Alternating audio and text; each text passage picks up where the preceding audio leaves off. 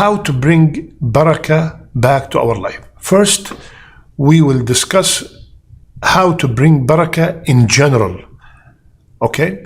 How to bring barakah in general.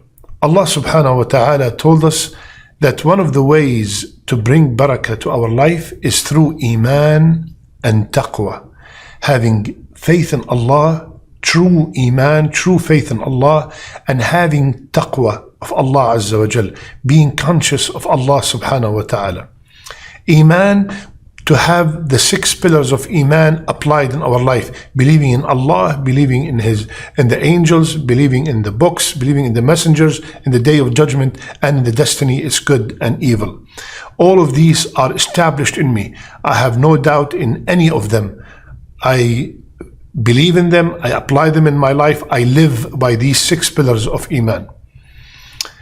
Taqwa, one of the most beautiful definitions of taqwa is from Ali radiallahu anh. He said, التقوى هي الخوف من الجليل والعمل بالتنزيل والقناعة بالقليل والاستعداد ليوم الرحيل. Beautiful meaning. He said taqwa is fear of the magnificent, fear of Allah.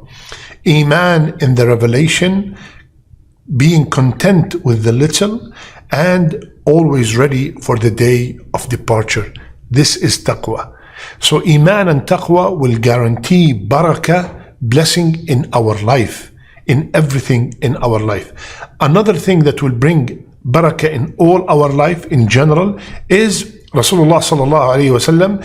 He said, إِنَّ اللَّهَ تَعَالَى يَبْتَلِي الْعَبْدِ فِيمَا أَعْطَاهُ.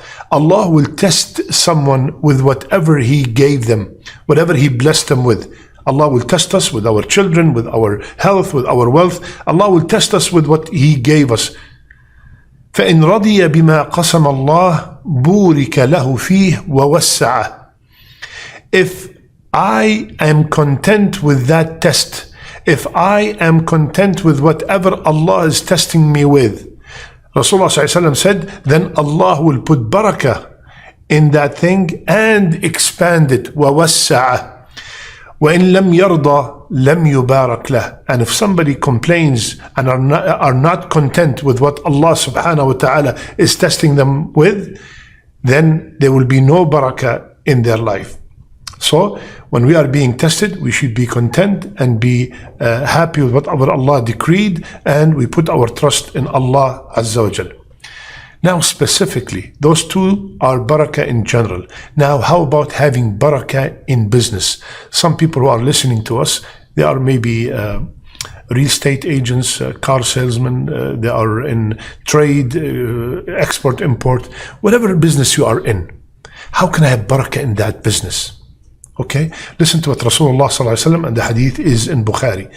Both parties, if they are doing a business transaction, they have the right to cancel the deal as long as they did not depart. And then Allah said, if they tell the truth and make everything clear about that transaction, Allah will put barakah in that transaction. And if they conceal something and lie about the product, the blessing in that transaction will be eliminated. Example, I am selling a car to somebody. I tell the person that this car is excellent and everything, but it has a problem in, for example, transmission. I told him that there is a problem in the transmission. I clarified everything. If he likes it and bought it, alhamdulillah, there will be barakah in that transaction. But if I lied, oh, everything is good, everything is beautiful, the guy bought it, 1 month later the car broke down, there's no barakah, even if you made millions of dollars. I'm selling someone a house, and I know that there is a leak somewhere. There's some kind of defect in that house, and I did not tell them about it. And I made so much money from that deal. And I'm so happy. I'm a shrewd businessman. This is how we think. Subhanallah. No, even though you could have made $1 million in that transaction, there will be no barakah in that wealth. But if you clarified everything, and you told the truth about the product, Allah will put barakah even though you could have made just a little bit of profit. This is how we have barakah in our wealth, especially if it's coming from business. If we are working for a job, how can we get barakah in that income? He who accepts wealth rightly, Allah put blessing on it for him. And he who takes wealth without any right, he is like the one who eat and never satisfied. What does that mean? I am content with my job. I do not keep comparing myself to my cousin, to my brother, to my neighbor. I'm very happy. I'm doing my best to get whatever I can get in a halal way. And I'm very happy with whatever Allah decreed. I do my best. I try.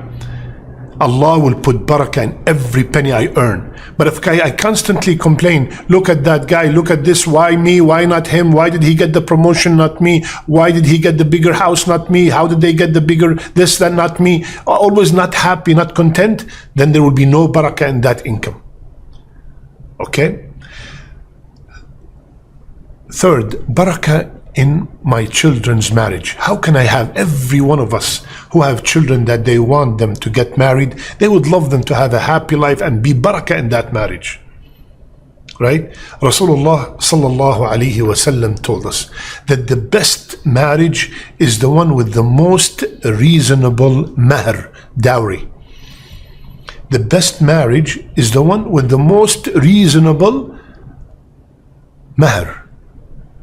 Now, subhanallah, you hear about numbers presented by the family of the bride that are ridiculous.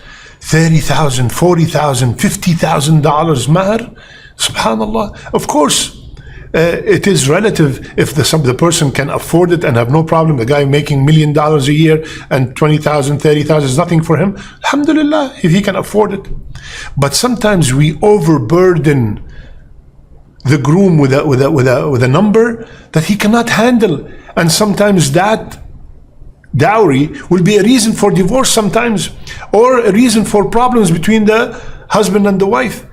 So let's make our mahr affordable, whatever he can afford, alhamdulillah rabbil alameen, and especially if the person is well-mannered and have deen, the two characteristics that Rasulullah ﷺ told us about. If he has them and he can provide for my daughter in a reasonable manner, Bismillah. Let's not get it complicated and give them numbers that beyond imagination. Subhanallah. The best marriage is the one with the most reasonable, affordable mahr. This is where the barakah is. How about something that we all complain about? We have no barakah in our time. Subhanallah, yesterday I was recording for Jar. Now we are recording again. Time is going by. Yesterday September started. Today is the end of September. You know, subhanallah, there's no barakah in our time. Years are going by. No barakah. How can we bring barakah in our time? Fajr in jama'ah. For the brothers, Fajr in congregation. And for the sisters, Fajr on time. That will bring barakah in our time. How? What's the evidence? Rasulullah sallallahu alayhi wasallam himself made dua for the people who start their day early. He said, Barik, Allahumma barik li ummati fi bukuriha. Ya Allah, put barakah in my ummah, in my nation, in my people, for the ones who start their day early. And is there any better way to start our day early than starting it with the salat, with being in the house of Allah? Get that habit of praying Fajr in Jama'ah, and for my sisters to pray it on time before the shuruq comes, and you will see the barakah in your time. Barakah in our home. Everybody wants barakah in their homes, right? Subhanallah, a very simple method that Rasulullah ﷺ taught us how to get barakah in our home. He said, advising one of the Sahaba, he said, when you enter upon your family, give them salam. It will be barakah for you and all the inhabitants of that house. Allahu Akbar. When I first enter the house, my brothers and sisters, please start applying. When I first enter my home, Bismillah, Assalamu alaikum wa rahmatullahi wa barakatuh. Whether there is someone in the house or there's no one in the house. Just saying salam, it will bring barakah to you and to every member of that household. Very simple. Say salam when you enter the house. That's a prescription from Rasulullah sallallahu alayhi wa sallam. Next, my brothers and sisters, you want barakah in your life?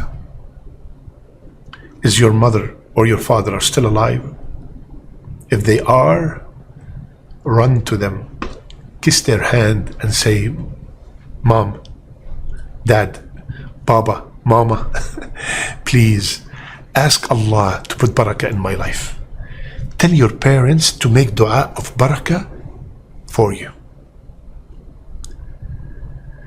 They are the source of barakah. Their dua to you, their dua for you is mustajab, is answered. Ask them to ask Allah to put barakah in your life. And at the same time, you and your wife and my sister, you and your husband, make dua of barakah for your children. Ya Allah, put barakah. Ya Allah, put barakah in everything that you blessed my children with. Put barakah in their spouses. Put barakah in their wealth. Put barakah in their health. Put barakah in your grandchildren. Put barakah in everything, Ya Allah. Make dua of barakah for your children. And finally, Rasulullah ﷺ taught us in the dua that we all make in Ramadan or in our everyday witr. اللهم اهدني فيمن هديت وعافني فيمن عافيت وتولني فيمن توليت وبارك لي فيما أعطيت. You could make that separate. اللهم بارك لي فيما أعطيت. Ya Allah, put barakah in everything that you have bestowed upon me. Ask Allah, the source of barakah, for barakah in your life, in everything that you have. طيب, is there anything that make the barakah disappear from my life? Yes. You know what that is? Riba. Dealing with riba eliminates the barakah. يمحق الله الربا. Allah subhanahu wa ta'ala will eliminate all kinds of blessings when we deal with riba. وَيُرْبِي الصَّدَقَاتِ, and Allah will put a lot of barakah when we give in charity. Finally, how do I know if I have barakah in my life? It's a question, valid question. I want to check if I have barakah in my life or not. My brother, my sister, in order to find out if you have barakah in your life or not, you check what Allah kept you busy doing. What are you doing all day long? If you are busy by, alhamdulillah, going to work in a halal job and providing for your family, and then when you finish, you take your kids to the masjid and you sit down and attend the halaqah, you're busy listening to a lecture, you're busy reading Quran, you're busy obeying Allah in any form or any manner, that's a great sign that Allah has put barakah in your life. And if you're not constantly occupied, you have no time for nothing, no time for the masjid, no time for Quran, no time for your family, no time for your parents, no time for nothing, that's a sign that the barakah has been taken out of your life. May Allah put barakah in all our life. Ya Allah, I ask you the best of your names for everybody who's watching us and their children and their parents. Ya Allah, put barakah in their lives. Ya Allah, make our last deeds, our best deeds, and our last words, La ilaha illallah. I love you all for the sake of Allah. Subhanakallahumma bihamdik, nashhadu an la ilaha illa ant, nastaghfiruka wa natubu ilayk.